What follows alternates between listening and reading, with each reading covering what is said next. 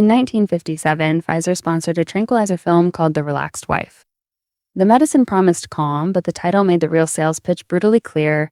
Modern tension could be fixed by making the woman at home easier to manage. That title is not a parody stitched together decades later. It appears on an actual sponsored short produced by MPO Productions, with Pfizer named as sponsor. The film uses animation and brisk narration to turn stress, fear, and frustration into a sales problem. Instead of beginning with a bottle, it begins with a diagnosis of ordinary life.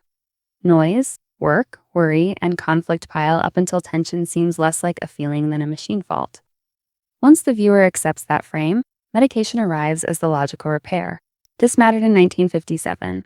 2 years earlier, meprobamate had reached American consumers under names including Miltown and Equinol.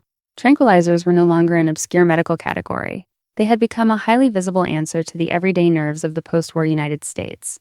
Pfizer had its own stake in that market. Its Roerich division sold hydroxyzine under the name Atarax. The name echoed ataraxia, an old Greek term for freedom from disturbance, while the film translated that lofty idea into smiling domestic calm.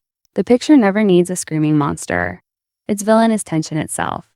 Animation makes it elastic and comic, something that bends bodies, tangles thoughts, and turns small frustrations into threats. The jokes keep the subject friendly while the sponsor keeps the remedy close.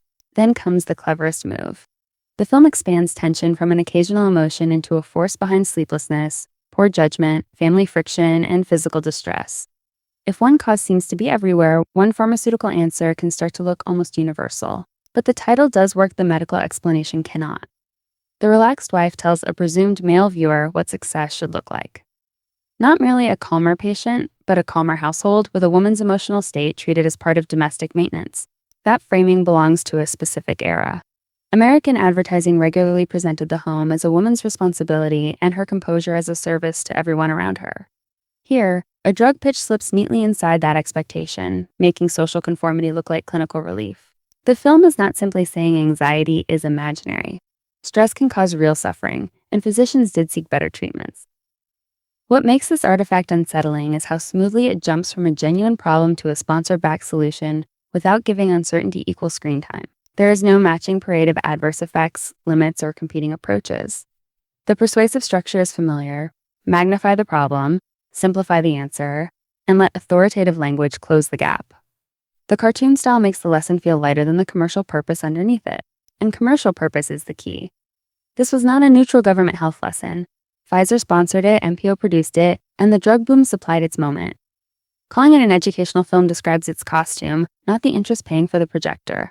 That is why The Relaxed Wife is more than a campy relic. It preserves the instant when modern anxiety, new pharmaceuticals, and old gender roles met in a single title. The film does not hide the bargain. It puts the bargain above the opening credits. Today, the short survives in the prelinger archives and is available through the Internet Archive as a public domain film.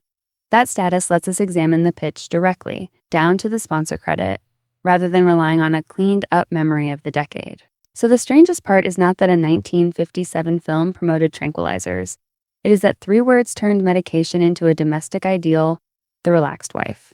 Another forgotten reel is waiting to explain how its era thought, so follow The Real Vault.